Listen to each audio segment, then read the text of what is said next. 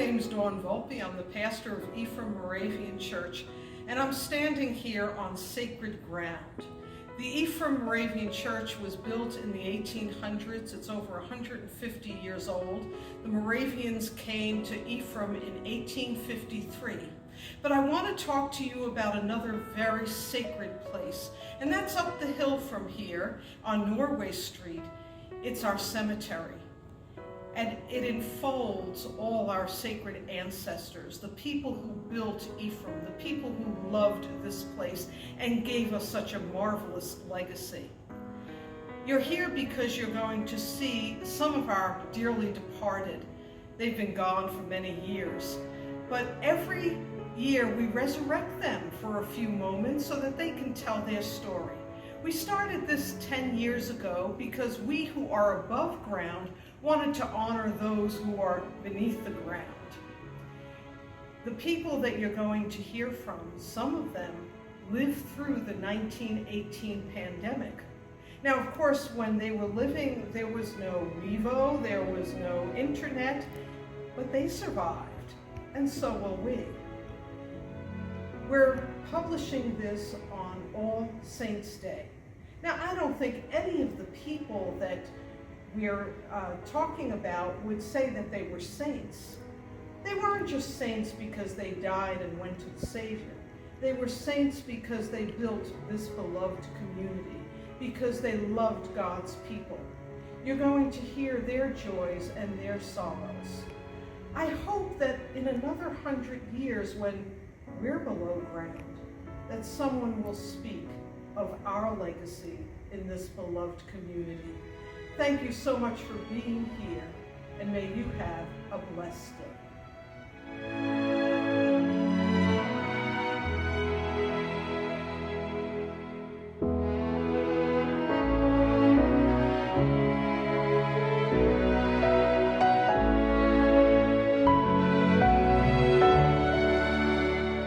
Hello. Thank you for coming and listening to my story. Before I start, I want to share how deeply rooted my family is in Ephraim and this cemetery. My great-great maternal grandparents came here from Ringsaker, Norway, and joined the Lutheran Church. Evan Larson, my great-great-grandfather, died in a tragic logging accident in downtown Ephraim. At that time, the Ephraim Lutherans had no cemetery yet, so he is buried in the northwest corner of this cemetery where there are no headstones. Great-great-grandmother Olena Larson died years later after the Lutheran cemetery was started at the Ephraim entrance of Peninsula State Park, and she's buried there with her daughter. My great-grandparents, George and Mary Larson, were Moravians and are buried in this cemetery, as are my grandparents, Hilda and Al Paschke, and my parents, Bill and Peg Wedepohl. These names may all sound familiar. My grandfather Al was Ephraim's first fire chief, and grandmother Hilda started Brookside Tea Garden in 1920. My dad Bill worked at the post office, and my mom Peg worked at Brookside with her mother. My great uncle was Maurice Larson, Hilda's youngest brother, who owned the mobile filling station on Highway 42 across from Brookside. I was born in 1948 and had a great post-war childhood in Ephraim. We lived on the north end of Ephraim in the winter. Brilliant sunsets, dogs, and family filled my winters. In the summer, we moved down to the south end of Ephraim, where Brookside was located, and we lived in a cottage behind the restaurant. There, Eagle Harbor beckoned with days of swimming. We had a beautiful creek that followed through our property and endless days of exploring. That is what we did when not swimming. I went to the one-room schoolhouse on Highway Q. Helen Soames was my teacher, and with her imagination with school plays and art projects, she fostered my love for the theater and art. We had many performances down at the town hall, which then led to plays at Gibraltar High School. Tom Birmingham was my principal back in my high school days, and I was fortunate to work with him at the Peninsula Players where he was the general manager after he left Gibraltar High. My relationship with Peninsula Players started when I was 18. Carolyn Rathbone, the founder of the Players, and my grandmother Hilda were friends, and apparently Carolyn had her eye on me for some time, somehow knowing with her theater experience that I would fit in at the Players. What a great connection to have. I graduated from high school in 1966 and went to Carroll College in Waukesha. I combined acting and art studies at Carroll. I had thought about teaching, but jobs were hard to find in 1970 when I graduated. I fell in love with Milwaukee and after college stayed in the Milwaukee area, working at various theaters like the Pabst, the Skylight, the Old Melody Top, the Great Children's Theater, and many more. Summers found me back in Door County. I had my first role for the Players in 1969 in a bit part. In 1973, I became the Peninsula Players costume designer. What a great job. But I had an obligation to my family and Brookside Tea Garden too. I waited on tables at Brookside at noon, dashed off after lunch to the Players for designing, sewing, and rehearsals, back to Brookside to serve dinner, and then again ran off to the Peninsula Players for the evening shows. When one is young, this was no problem. My avid interest in costuming started when I took a course in kabuki at Carroll, which is a highly stylized Japanese form of dramatics. They needed sewers, and because kimonos are all geometrics, it was just a matter of putting the pieces together. I was fascinated and hooked. After college in Milwaukee, I modeled, worked in department stores to pay bills, and then one Halloween went to the Hook and Eye costume shop in Milwaukee to see if they needed help with the surge of costumes. I eventually became a partner in the business. I actually taught myself to sew with some interesting experiments. Plus, you can get away with different techniques for the stage, sometimes very quickly, like staples if a hem comes out, or perhaps masking tape. One winter I traveled to San Francisco and worked for the American Conservatory Theater as a dresser. I was low on the totem pole, but it was exciting being in my first big repertory company. I got to work with some famous people. Occasionally I have to admit that my ego comes through and I have an urge to be on stage. I would do anything, of course. I'm referring to small obtainable parts.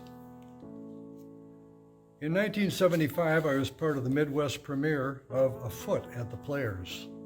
The show then went to Dundee, Illinois. Peninsula Players actress and co-producer Gene Bolin and Jim McKenzie asked me to design the costumes. For the first time, I felt my costumes would be critically seen. That show continued on into Chicago, where I followed. I feel this was my first big break. In 1979, I won an award for my costumes for cabaret at the Pabst Theater. I have costumed hundreds of shows and actually designed many of those. I truly feel my creativity was fostered up the street from this cemetery, at the one-room schoolhouse that now houses the administration offices. Helen Soanes not only taught all 8 grades, but took time to encourage each child. I feel she could see any talent that began to show in the formative years. I loved to draw. Charcoal was my favorite medium. I could sing too, many times singing at my church down the hill. I also taught myself to play piano in the front room at Brookside. Music was always playing there, somewhere. My mother was a big Frank Sinatra fan, so I learned to enjoy music at an early age. I have been truly blessed to work with many amazing people over the years. Dennis Kennedy, Carl Benson, and Bob Thompson being 3 from the Players that stand out. They brought so much talent and absolute fun to the Players. Sadly, I was diagnosed with AIDS and passed away on December 2nd of 1993. I was 45. Even though I lost my life early, I was doing what I loved. The theater truly was my life. I am survived by my sister Liz Wedepohl Wilson, nieces Erica and Rachel, and their families.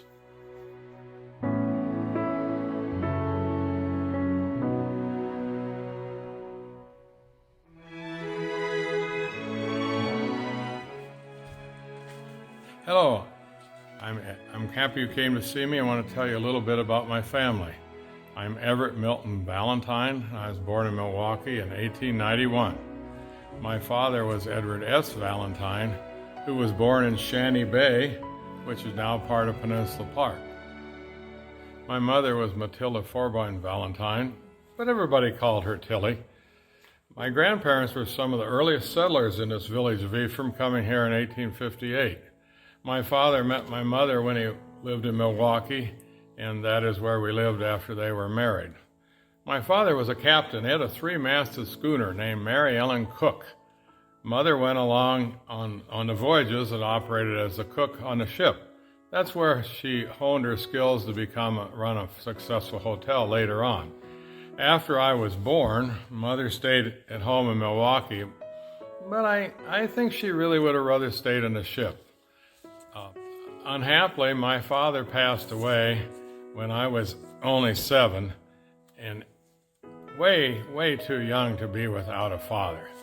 Mother came up to Ephraim for the funeral, brought us up here, and decided to live with her sister-in-law, Hanny Valentine.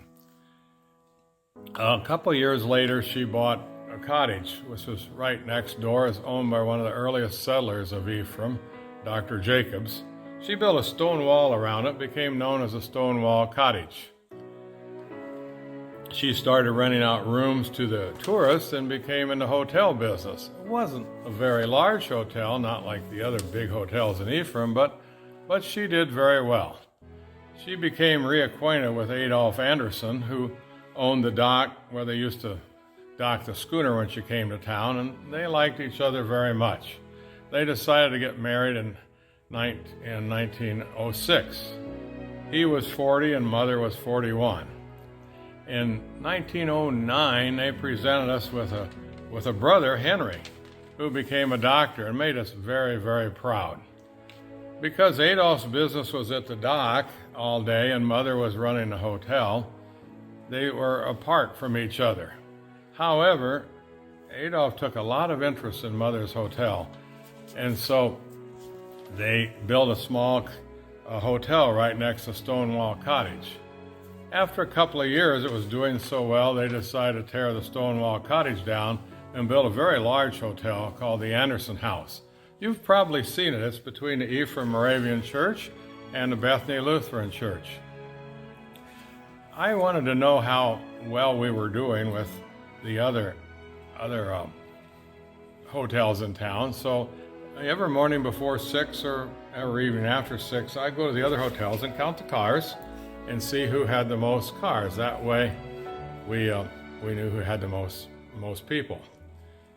I obviously was going to school at the time, and at that time it was a one-room school, the Pioneer School up here. And the first thing you learned in school back then, you see the one class would get to the front and recite, while the other classes would sit in the back and try to study. So you had to learn how to concentrate because a lot of noise going on.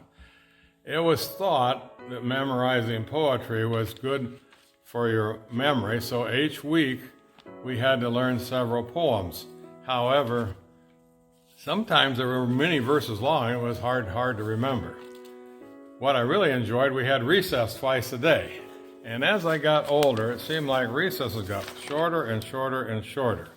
Mother would pack a lunch and a bottle of milk, which we'd eat, and the children that didn't have quite as much money would have to get a glass of water from the well and for their lunch. Most teachers kept a switch or a paddle, and boy, you didn't want that to come cracking down on you. We had really tough tests, and especially after the 8th grade, the test was very long and tough. Many students, that's as far as they would go because they couldn't afford to go to Sturgeon Bay to school. Well, Mother thought I had to have a really good education, and Sturgeon Bay wasn't big enough, so she sent me down to Milwaukee to study. After I graduated in 1915, I went to Northwestern University in Chicago, where I majored in music. I was always told I had a marvelous baritone voice and loved to sing. I would sing for weddings, funerals, in church, other occasions, either for pay or not for pay. After a while, when I was singing, I went down to Sturgeon Bay to sing at a funeral, and I was accompanied by a very cute young girl named Kitty Newble. Well, we talked a bit afterwards and got along quite well. Unfortunately, then World War I intervened, and I enlisted as a second lieutenant and learned how to fly and operate a biplane, which biplanes back then in World War I were used for reconnaissance and for bombing warfare like that, so I was quite a famous pilot. I wrote Kitty, as I called her, almost daily, and she wrote me, which certified our great love for each other. After I returned in 1919, we got married in the Moravian church right here, and we had a wedding dinner afterwards at the Anderson Hotel for 150 people. It was always expected that Kitty and I would take over Mother's hotel when she got older. In addition, she had a 100-acre orchard on the top of the hill. So as she got older, we started doing more and more, and in addition to sprucing up the hotel, we added 9 more cottages up on the hill and took care of the orchard. Well, Mother passed away in 1936, and we continued to operate the hotel in the same way that she would have approved. We had 3 meals a day, and lunch back then was just as big as dinner, or we called it supper very often. I understand now that many hotels in Ephraim don't serve any meals at all, and the ones that do might just serve breakfast. Boy, that's not how we operated. We gave people seconds and thirds for every meal except for Saturday night. We had steak, big steak, but you could only have one. However, I don't think anyone went away hungry. Of course, our cooks made all our own noodles, and they hung around the kitchen, which made a bit of a mess, but they were so good. We were known very much for our cherry pudding. Might not sound like a great dessert, but boy, when you put that melted butter sauce on top, you just couldn't get enough. We were also known for our entertainment in the hotel. And since I like to sing and other people play, and a crew played the piano and dance, we put on little skits and plays. And many times people from the Peninsula School of Arts, who were in town anyway painting pictures, would take part in the skits, and we became well known for our entertainment. And the pictures, and we still have a few of those pictures hanging around the house. And they're very, very nice of the different parts of Ephraim. Kitten and I had 2 children, Edward and Corinne. I don't know why people have to give nicknames to their kids. Corinne was known as Corini, and Edward was known as Eddie. Corinne was a delightful child. Everyone loved to be with her, but Eddie, he was a bit of a prankster, always getting into one scrape after another. I was very involved in the village, at one time being president of the men's club, belonged to the yacht club, the Ephraim Foundation. I had actually a wonderful, wonderful life here, but unfortunately I passed it away in 1952 of a heart attack. Thank you very much for coming. I appreciate you visiting my gravesite.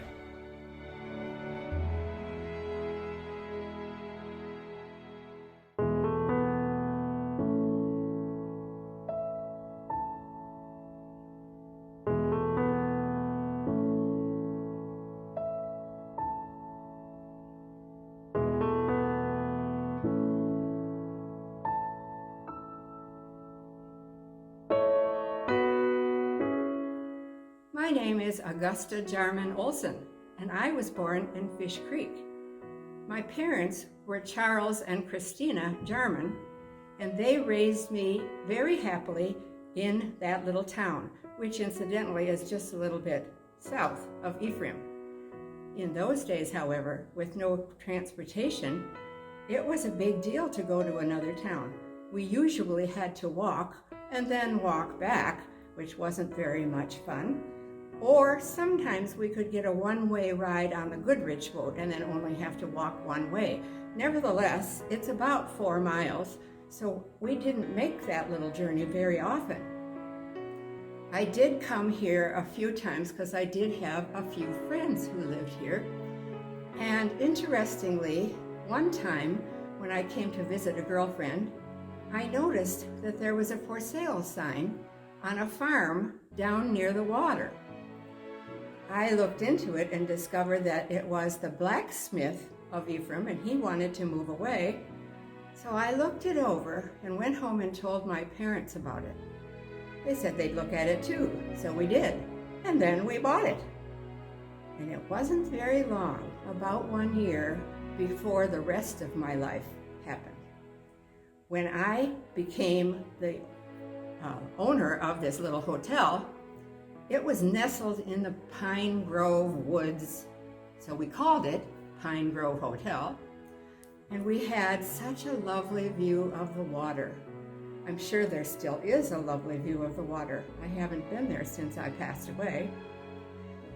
Well, I did not have any plans of doing anything about a hotel because my parents were farmers and we had bought a farm. The house had a farm attached to it. Well, after the first year, there was a knock at our door, and I went to answer, and there was a woman there in quite a bit of distress. She said that she had come to Ephraim on the Goodrich boat, and that the weather was too stormy and they could not continue. Well, of course, she didn't want to sit up all night on a dining room chair in the boat, so she came and asked whether I could possibly put her up for the night. I decided that would be fine.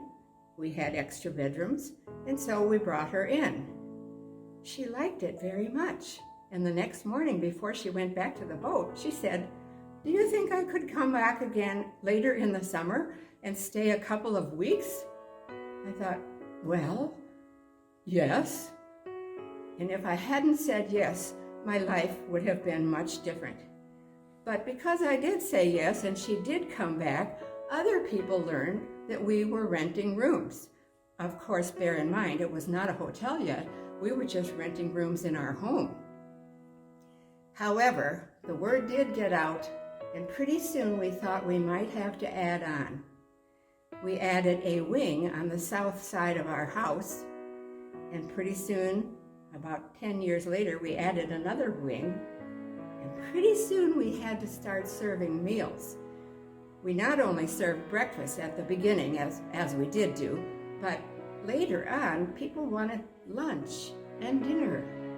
Well, breakfast was not a problem. It was an easy thing to add a few people for breakfast, but lunch and dinner as well, that's a lot of work. We, of course, had to enlarge the kitchen more than once. I did all of the cooking, and pretty soon I met a young man. He was from Bailey's Harbor, and his name was Olson. That fits in very well in Ephraim, don't you think? All Ephraim people, not all, but many are Norwegian, and so was he.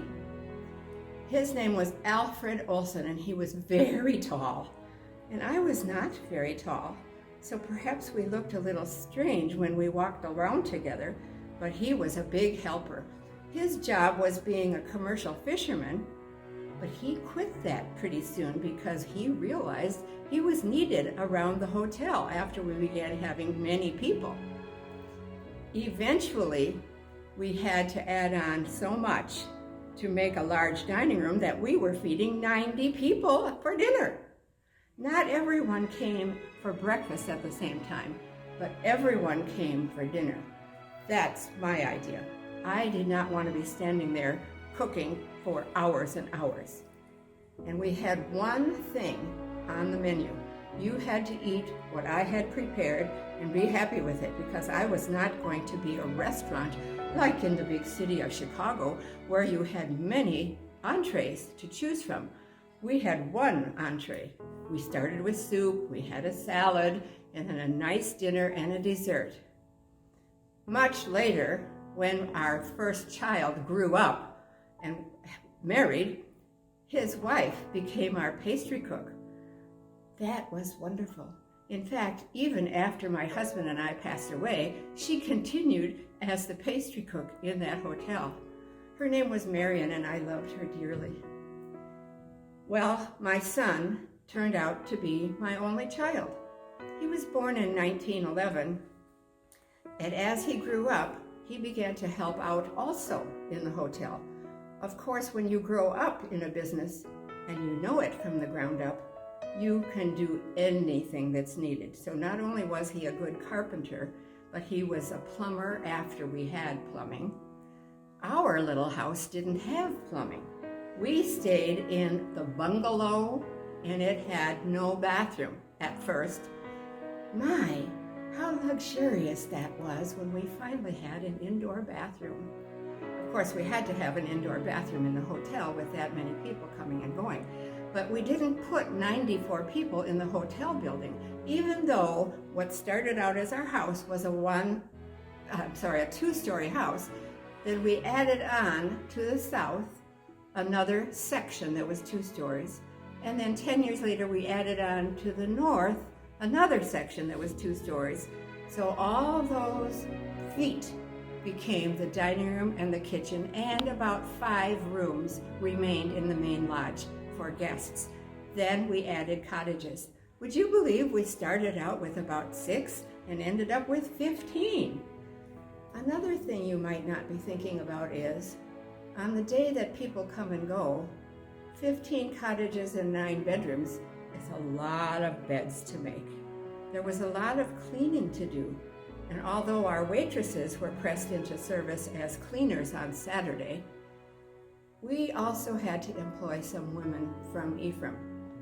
Also, as our place grew, I couldn't do all the cooking for 90 people. So I employed another cook and then another cook.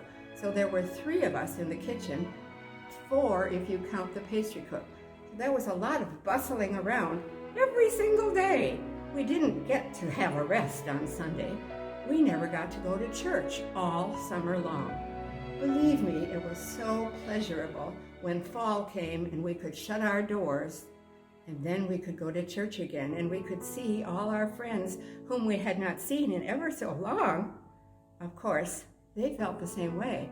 Many of them had hotels as well. Did I mention there used to be 11 hotels in Ephraim? All running about the same way we did, all providing 3 meals a day, and all serving everyone personally. It was a lot of work, but there was time for fun as well. We did dearly love to go into Peninsula State Park because it was so quiet and peaceful, and the beauty of it was very calming to the stressed out cook. However, there wasn't time for that every day.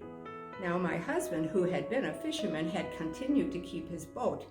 And here's something odd that happened one time. It was not funny. He didn't come home in the evening, and it got later and later, and I couldn't imagine where he was. This was long before the days of telephones. And finally, I thought, something bad has happened. I feel it in my bones. And finally, he came straggling in the door. Sure enough, he had had an accident on the boat. Thank God he didn't tip over and wasn't lost. But when he got home, I said, oh my word, please never let this happen again. I've been so worried that you were gone. And maybe he was happy to know that I missed him. He was a dear person. Later on, when our son got married, we thought, oh, we'll have lots of grandchildren. But they only had 2 boys. So my daughter-in-law and I were the only 2 ladies, and we had boy children, boy grandchildren, and a boy husband, so we had a lot of males around us. However, we all stood our ground quite well, and the little boys learned how to help too. What a wonderful life it was. A busy life, but beautiful because we had pine trees everywhere, cedar trees everywhere, and oh, the beautiful water to look at. There's nothing as beautiful as a lake, is there? I wish that I could stay longer, but I do have to go home and go back to the kitchen, as you can well imagine. So thank you so much for spending some time for me.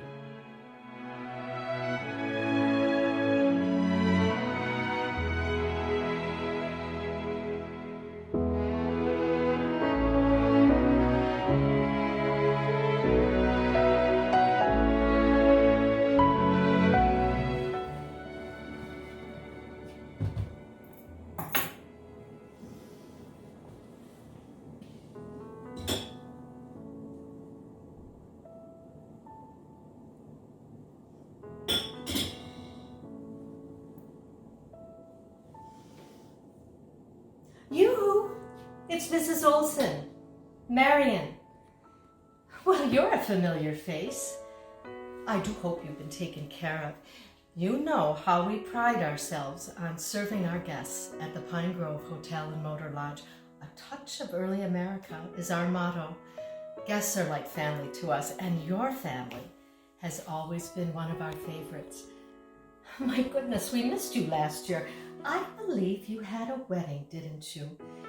Your daughter Pamela got married, didn't she? Was it just beautiful? Oh, that's wonderful. What a job a wedding is for the mother of the bride. I wonder how Pat Mixon is feeling about now. I hear they're planning to have Trisha's wedding in the Rose Garden. Oh, yes, I do have a minute or two to catch up. I was on my way to Soane's Clover Farm store to fetch a tin of allspice for the Krautkaukers. Of course, cannonball meatballs are still a favorite at the Pine Grove.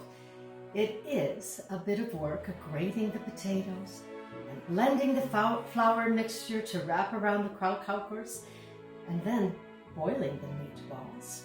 But guests seem to love the old German recipe. Oh, no, we make our own meat mix using pork and onion, not garlic like some of the Krautkauker recipes call for. We add allspice. And you know, when the girls bring out the big platters, wearing their long skirts and their bonnets and their kerchiefs, well, they sure look pretty. I enjoy sewing their costumes. I think it lends a European flair. Of course, Lloyd and I started a new tradition since taking over from Alfred and Gusty, serving Sunday evening supper on the lawn, cookout style. Well, it's an easy evening meal after the big turkey dinner folks have come to expect for Sunday's noon dinner. It's true that I prefer to be in the kitchen baking, but you know the view from Eagle Harbor from Pine Grove's front lawn? Well, it can't be beat on a summer day. You know, baking somehow settles me with all the hustle and bustle of running a hotel. Lloyd just put in a request for one of my apple pies. He says my pie crust is the best, and I'm glad that he appreciates my baking. Oh yes, I do miss my in-laws, Gusty and Alfred. Gusty, well, she was so pleasant and efficient and kind from the very beginning when that woman from the Carolina steamship asked to stay the night at their old farmstead back in, I think it was 1905. It's hard to think that Gusty passed away almost 15 years ago. 1956. Doesn't seem possible. She was so capable. When Lloyd and I married in 1937, I was happy to work behind the scenes as pastry chef. I've had to learn to overcome my shyness over the years and step out from behind my rolling pin. Oh, yes, what you've heard is true. Lloyd and I are planning to retire. Seems like just yesterday we were eyeing each other at our Moravian church gatherings.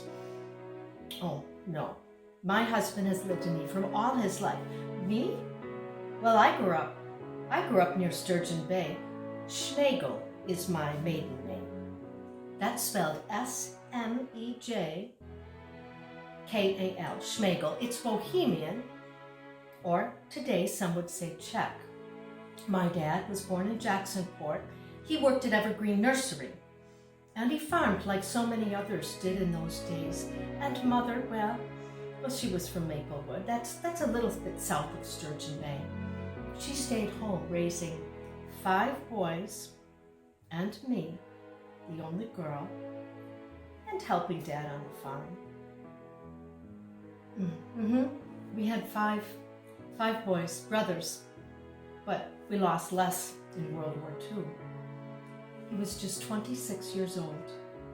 He was flying from Nebraska to Virginia on a training mission aboard a Flying Fortress, a B-17 bomber. Millie, his wife, was working in the purchasing department of the Smith shipyard, as a lot of us did during the war. And that job surely helped her, as she was left to raise their 3-year-old daughter, Catherine. You know, when I heard the news, I really didn't know how to tell my children. Uncle Les was gone, and my boys were so little. Les was training as a ball turret gunner. Do you know what that is? Oh gosh, Mom was beside herself when he set his sights on that assignment. A ball turret, well, it was a clear sphere made of something called plexiglass. And it sat underneath in the belly of the plane, right underneath. And there were 2 machine guns. And one man crawled inside and he hunched and he was there upside down. And that's how he would shoot the enemy planes. Do you know the year he died, the year Les died, a man named Randall Gerald published a poem. What was it called? It was called The Death of the Ball Turret Gunner. And it had just 5 lines. And I'm glad Mother didn't often read poetry like me because, the words were upsetting. And I've often thought, isn't it strange, life that is, that Les was spared death in battle, but his plane crashed anyway, on a training mission. Well, my goodness. Talking about my brother brings back other memories of the war years. Not so gloomy memories. Like the food and gas rationing. With gas rationing, fresh vegetables and fruit were hard to come by, and they were certainly hard to bring from other locales, so many of us in Ephraim expanded our gardens. Oh, sure, we had meat. Well, we had local hogs and cattle, and we butchered those, and chickens as well. And of course, fish was plentiful. I do miss lake trout from the war years and the early days, but the salmon that the Conservation Commission has stocked in Lake Michigan just a few years ago to get rid of those horrid and smelly alewives. Well, salmon is fine eating too. You know, during World War II, many guests, I think your parents, in fact, arrived in Ephraim not by car, but by the Bayview bus. Oh, but enough talk of war. There's enough of that already, with the hippies and Vietnam. It's a beautiful day in Ephraim. The view from Pine Grove's dock is wonderful, but if you go down those stone steps leading to the water, especially if you go down there at dusk, do be careful. But if you go down, you'll see the sailboats gliding back and forth across Eagle Harbor in front of the park bluff that's just glowing pink and yellow from the sunset. You know, the falling darkness, well, it somehow brightens my spirits. Lloyd and I have been running Pine Grove well since 1956. Oh, now here's something interesting I came across while filing. Let me pull it out of my purse. Look at this. Isn't this something?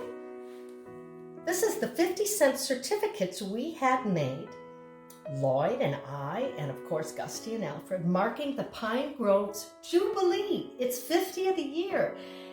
And, well, I helped come up with the words at the top.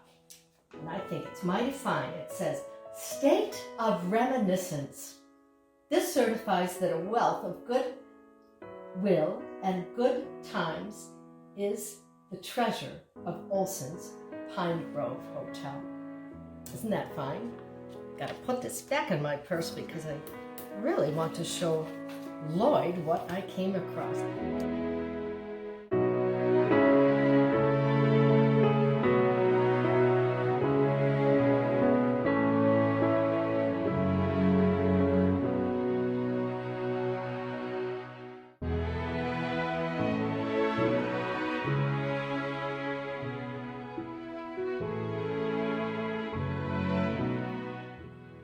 We have 9 rooms in the main lodge and 15 cottages to keep neat as a pin. Oh, lodging prices have gone up a bit since 1956. What were the rates then? I think about $10 a day, but that included 3 meals. Do you know Lloyd fretted a bit when we took over? I did too. We wondered if we'd be able to give the boys what they needed on a hotel keeper's salary. So we decided we would stay in the little apartment that was above the hotel. And then we'd rent out our own house on Moravia Street in the summertime.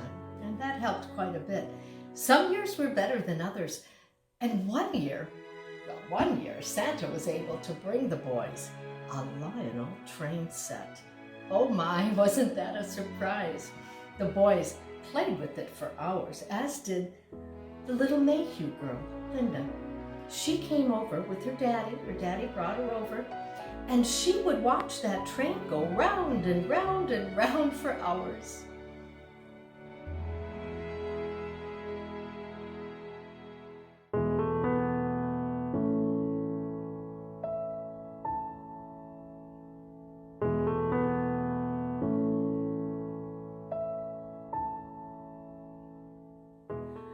Would you like a cup of coffee? No? Well, I hope you don't mind if I just warm up my cup a little bit. Do you know we've been fortunate this year to have a wonderful staff. That hits the spot. They're mostly college girls, and they waitress and are housekeepers, and of course we hire a cook. They all stay in our remodeled barn, and Cook has her own room. They do share a single bathroom. Oh, that reminds me of the old days before plumbing. Let me tell you, it was a red letter day back in the early 1950s when the well was finally drilled and the Pine Grove commodes modernized. Oh, my boys? Howard and Richard are doing well. Thank you for asking. Do you know, having all those brothers surely did prepare me for raising sons. And I do like Howard's wife, Jane. When she came to Pine Grove to waitress a few summers ago, I thought to myself, this might be the one. And it turns out I was right. She enjoys teaching children like me. Howard and Jane are, well, they're a big help. And so is Howard's brother, Dick, and his wife, Judy. She's from Sturgeon Bay like me. Do you know, I remember the time, this was years ago, Dickie was little. He and his classmate, Karen Soames, they got skunked. They were walking down Breakneck Hill, the path just north of the Pioneer Schoolhouse. When they arrived on Moravia Street, they saw a skunk. Well, those scamps dared each other to walk up to Mr. Skunk. Mr. Skunk turned around, raised his tail, and sprayed both of them for good at point-blank range. Karen went straight home to her parents, Helen and Bill. And Dick, well, he slunked back to our house on Moravia Street. Lloyd and I told him in no uncertain terms to undress outside. Both fathers were furious with the children and their foolishness, and they burned all the clothes in the incinerators. But you know, in time we laughed at the memory. In fact, I like to tell that story to Dickie's children, my grandchildren, when I take them cherry picking in the summer, or when they're waiting for my homemade donuts to rise before we put them in the deep fryer. I was Dickie's Sunday school teacher too, and Howard's as well. I love helping at the Moravian church that way, teaching the youngsters. One time I had the teenagers, that would be Dick and Karen Soames and Linda Mayhew and Elaine Knudsen. I had them construct a life-size nativity scene to put right in front of the church. It was made out of plywood, and well, the kids had a lot of fun painting the wise men and all the characters. Oh, well, thank you. Well, it was nothing really, not much, but you did see the poem I wrote. I've been tickled pink to have a few of my poems in Ideals magazine. And, well, Hang Time is one I wrote a few years ago, but I've been told it might be included in a special collection of Ideals' best poems. Writing is something I do enjoy. It brings me comfort and, well, frankly, it helps me sort out my thoughts and feelings. Lloyd, write poetry? heavens, no. He's happy serving as Ephraim's constable, running for the Door County Board of Supervisors and being on the Board of Trustees as president. I have to say, I think having a sign that says mayor on the side of his car is a bit much. But you know Lloyd. Who would have thought he'd find his stride in local politics? When he was about 8 years old, a lady from Milwaukee was staying at the Pine Grove, and she probably seemed ancient to Lloyd. And it's funny to think this matron was likely younger than I am now. But she told him when he was working at the hotel, as he did all his life with his parents, Rusty and Alfred, she told him, "Speak more distinctly, young man. I can't understand you." And what Lloyd remembered as a pesky stammer, well, it simply disappeared. Fearball chieftain. Oh, goodness. His blustering might go through the roof if that happened. But you know, I would be awfully proud. To be honest, I think Lloyd is holding out on being Fearball champion in 1976. I have an inkling he would be in seventh heaven to have that honor during our country's bicentennial year. That's my Lloyd. You know, I think his outgoing personality is what I so love about him. Most times. His determination, his willingness to solve problems. Well, I'm not so confident in that regard. I'm happy to take a back seat. Or better yet, let me create something delicious by baking, or maybe something beautiful with my Singer sewing machine, or even practical. Those kinds of things give me the feeling of using any of my small God-given talents in useful ways. Like the angel costumes I sewed for the church Christmas pageant. How precious the boys and girls looked on Christmas Eve, singing, "Morning Star." Do you know those electric lights? They were turned off, and they left just the glow of the candles, and the children's white robes and rings were shimmering, their tinsel halos all a-glitter. Oh gracious, look at the time. Oh my goodness. I have got to hightail it to get that allspice. Cook will be upset if I don't. She needs it for the crowcovers. Do you know it's been a delight seeing you again at Pine Grove? And remember, if there's anything you need, anything at all, you just holler.